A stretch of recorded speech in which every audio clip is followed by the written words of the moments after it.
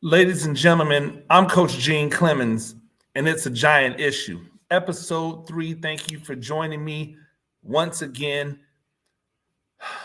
I, I don't want to waste your time because I really want to get into a couple really nice topics. I just want to ask a question to all of the Giants fans out there. Do you not like nice things?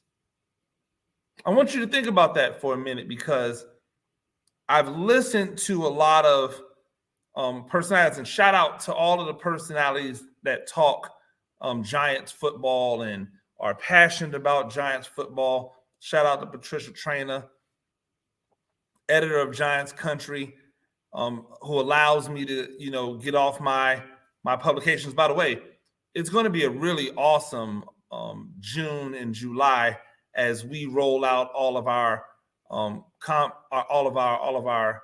Camp Confidential pieces, and you'll be getting 20 brand new good, great, and ugly columns from me in the month of June and July, I believe.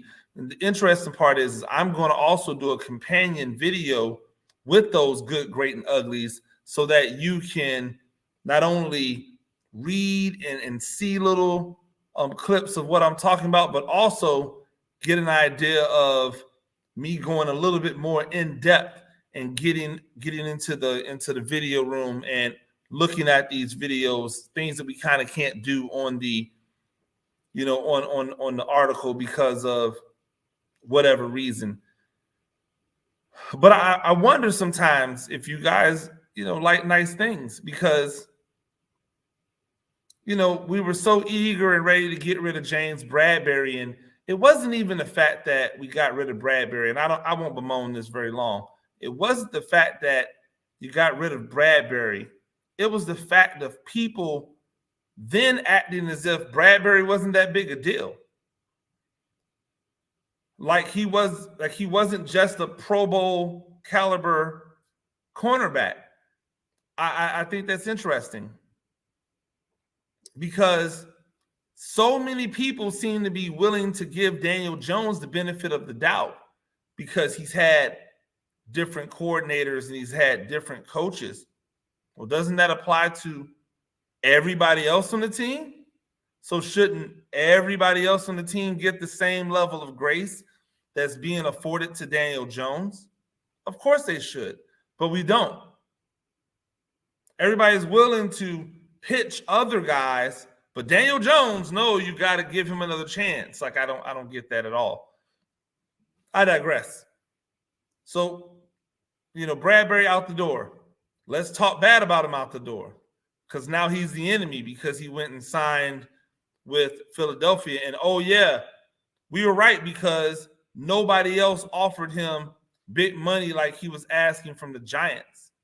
Well, no disrespect, but you should ask for big money from the Giants because the Giants are not a good ball. They're not a good ball club right now. They're not a good franchise.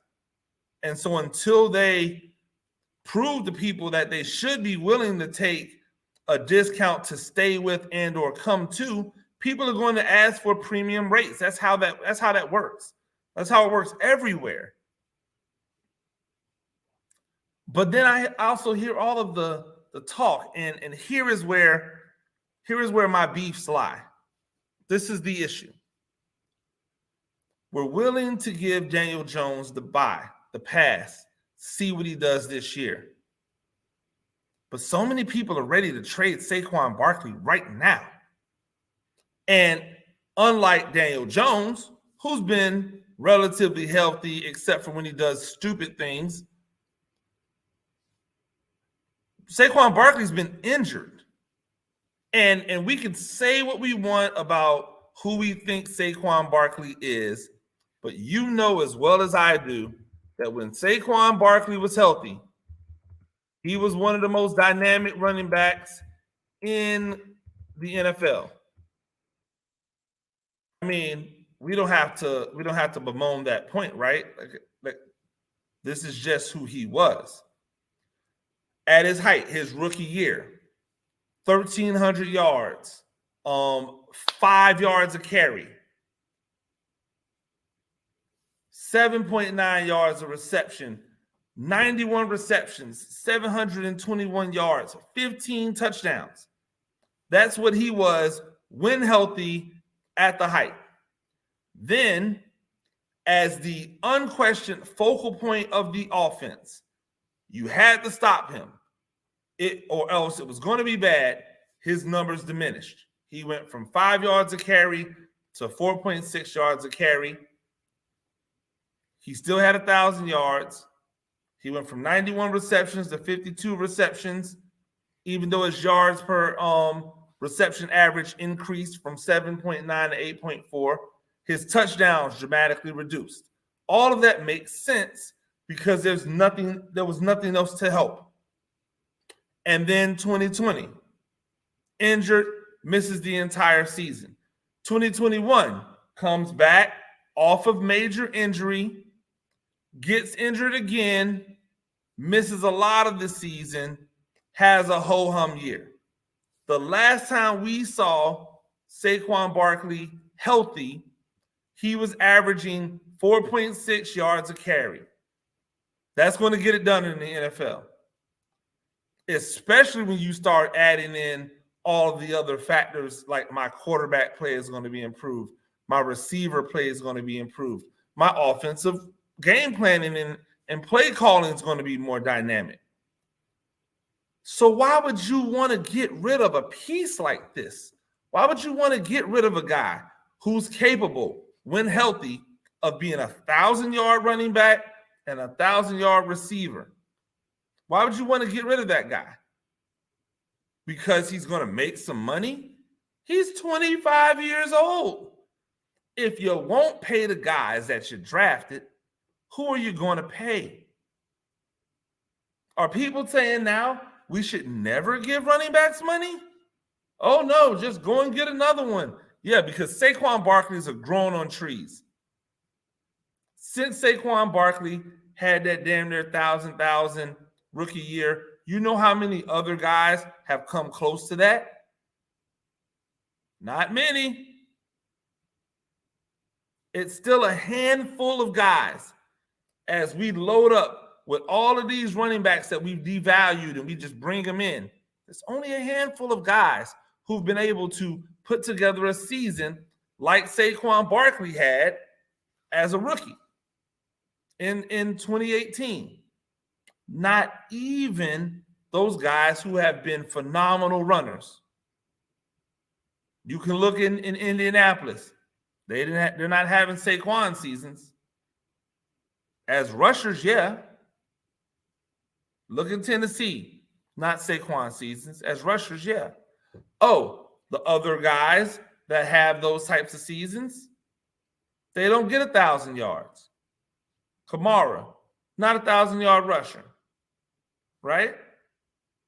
What's the guy out with the Chargers who people love in fantasy, but in real life is not that great, like just okay? He's not 1,000-yard rusher, or if he is, he's a barely 1,000-yard rusher. They get great receiving numbers. Hell, even Christian McCaffrey had his phenomenal 1,000 season and then has been snake bitten by injuries ever since. But they still paid him. Why? Because you don't find Christian McCaffreys everywhere. So if he's healthy, he's going to be what he is, which is dynamic. So if Saquon Barkley is healthy, he's going to be what he is, which is dynamic. And I think that this year, you get a chance for Barkley to not come off and rehab injuries, but to actually build his body up back to where it was in 2018. We can get an opportunity, or hell, even in 2019, we can get a chance to see what he does in this offense that is supposed to be more dynamic. Did you guys forget that Saquon Barkley's from New York? You want to get rid of a New Yorker? How often does your starting running back get to come from the place that you represent? Do you not like nice things? I've heard people talk about Kadarius Toney. Oh, well, since Wandale is here, maybe we can move on for Kadarius Toney. Why? Why would you want to move on for Kadarius Toney if the coaching staff and the front office doesn't want to move on from Kadarius Toney? Why would you? At the end of the day, he's a talent. He's an unrealized talent, by the way. He's only 23 years old. He's an unrealized talent that's only 23 years old. He hasn't even scratched the surface of who he can be as a pro. But because somebody leaked a report that he didn't study the playbook or whatever somebody said, I mean, he looked like he knew what he was doing once he was out there. Maybe we should just put the ball in the hands of the playmakers and let them play. But we don't get better as a team, as I put my coaching brand on, and that's why I say we, by the way. I say we because I talk about this thing from a personnel standpoint, from a front office coach standpoint. So I say we a lot. I don't say it we from the fan perspective, because I'm not silly enough to believe that all of these things can happen and all of these things can happen. Like, I understand some things have to be done, but Kadarius Toney is not one of them. You don't get better letting talented players go, and you certainly don't get better letting talented players go for undervalued stuff, because nobody's going to give you fair value for Kadarius Toney. No one's giving you a first-round draft pick for Kadarius Toney. Why? Because they know if you're trying to trade them, there must be something. How about you keep Kadarius Toney and you put Wandale Robinson on the field with him at the same time, and now you have this dynamic of two guys who can exist in multiple worlds, do multiple things. Oh, by the way, they both, along with Saquon Barkley, can make you miss. That's the dream, right? You got guys that can push the ball vertical as wide receivers. They can get deep. You got guys who can work underneath with all of these tight ends that they brought in. And now you have these guys who can catch a screen and go 80, or who can catch a slant, make two people miss, pick up 25 yards, who can throw a quick pass, make someone miss, pick up a first down. Why would you want to get rid of one of them? You have them controlled. You have Kadarius Toney controlled for 5 years. So why would you want to get rid of a guy that you have controlled for 5 years? Hello. Maybe I don't know. I don't know. Why would I want to do that? Hello. If Kadarius Toney is somebody I have control over for 5 years, and Wandale Robinson's someone I have control over for 4, I could have those two guys together for the next 4 seasons.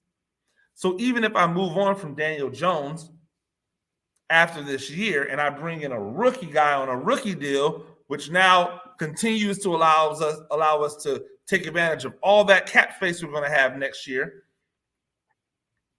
now I can finagle some things. I can make some things work.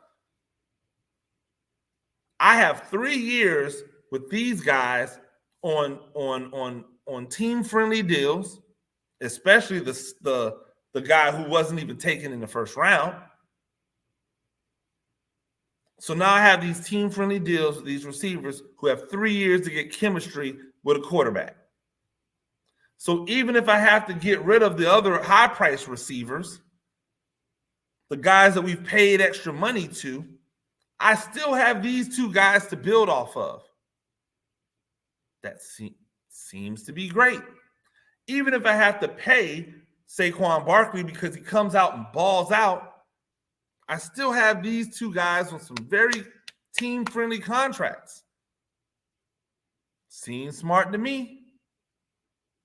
But all I'm hearing is people say, oh, well, Kadarius Toney, we haven't seen him much. Well, why would you? He's not a rookie. The mini camp that they had was a private mini camp, so we didn't even get to see any video from it, any clips from it. Why would you see him? If he's rehabbing or if he's on track, all that matters is when training camp opens up, Kadarius Toney is there. And he's there next to Wan'Dale Robinson or across from Wan'Dale Robinson or on the field at the same time. I want to see that. I want to see you put all these pieces together because I like nice things. It becomes extremely easy to write articles when you're winning or when you're fun to watch, when you're dynamic. So yes, I want to see those things. You know what else I would love to see? I would love to see a legitimate center on this team. One that has a future with the team. Again, I ask, do you not like nice things? You say, we need to revamp the offensive line. We need to invest in the offensive line. I'm not going to get into it, but they've been investing in the offensive line for years. But it seems like they may be on the right track now. Why? Because they drafted a guy. They brought in Glowinski from Indianapolis. He's a good dude. Like, he could be a guy who could be your right guard for the next 2-3 years. It's not a cornerstone piece, though. You have those guys on the outside now in Andrews and Neal, or Neal and Andrews, depending on how you're looking at me. But in the middle, you just got a bunch of question marks. You got guys who are broken, who have only played the position a limited amount of times. You have guys who are journeymen, who've only played the position a limited amount of times. And you know what people are telling me? Oh, well, you can get away with that at center. Why would you want to get away with that at center? If I have a diesel truck and I've got the wheels and everything is tricked out on it, I've got the dozers in front, I don't want to push it with a 255 engine. I want a Hemi big block, whatever. I want all the horsepower. Why would I let that engine be some engine that has to figure it out because they've never played the position, or because they've played the position in limited minutes, or because they played the position and they're kind of broken, or they were never really that good to start with? I thought we said we wanted to upgrade the offensive line. I thought we said we wanted to have a better run game. I thought we said we wanted to help our running back. We wanted to help our quarterback, Daniel Jones, be better. So you help them by adding journeymen who none of them have ever legitimately played center? I'm not talking about filled in for a few games. I mean, like, they've spent years playing center. There were lots of them in the draft. Not one of them drafted by the Giants. There were guys in free agency they could have went after. Not one of them grabbed by the Giants. But 257 new guards have come to New York to try to vie for 2 spots. Do people not know how many offensive linemen dress on a game day? On a game day, you're getting 7 offensive linemen dressing on a game day. 7. Maybe 8, depending upon the team you're talking about. You're going to get 7. You're going to get 5 starters. You're going to get a couple backups. You don't get a 2 deep at the offensive line on game day. They've got 48 spots, right? 48 spots? 48 on game day? You have to have double-digit defensive backs. You have to have, like, damn near double-digit wide receivers, because they make up the abundance of your special teams. See, the problem with offensive line is that they don't populate any special teams except for field goal extra point. So with all of these guards who were on the team already, who were holdovers from the last regime, free agency they bring in,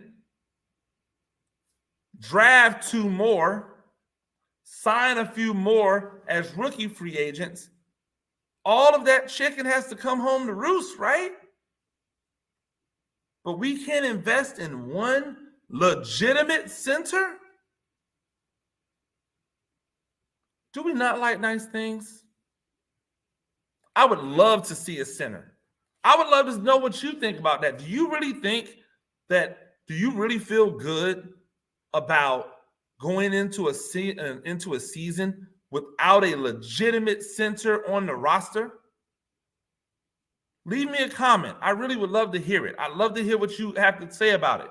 Do you really think that this team would be better without Saquon? And don't give me the, hey, we could get a bunch of draft picks for him, because that doesn't make this team better. Draft picks are no guarantee. Y'all have slammed Dave Gettleman for draft picks. You've slammed other GMs for draft picks. Heck, I've slammed this GM for draft picks. So draft picks are not a guarantee. Answer me these questions. Number one, do you feel good about going into the season without a legitimate future at center? B, do you really think this team's better without Saquon Barkley? C, do you think that Kadarius Toney gives the team a dynamic they would not have without him? And if the answer is what I think the answer should be, hey, I don't feel good. Oh my gosh, of course we're better with Saquon when healthy. Yes, I think Toney provides a dynamic we don't have. Then you have to ask yourself the question, do you not like nice things? That's a giant issue. I'm Coach Gene Clemens. Thank you for joining me every Monday, 6 p.m. Make sure you tell a friend. Make sure you appointment view. You know what you got to do? You've got to subscribe to the channel. You've got to hit that notification bell. And every Monday at 6 p.m., when this thing pops up, it'll let you know that we're on, and you can come and check it out. And if you like it, guess what? Tell a friend, leave a comment. We'd love to hear from you. You can always find me on social media at Gene Clemens. You can see my work for GiantsCountry.com. Until next time, go Blue.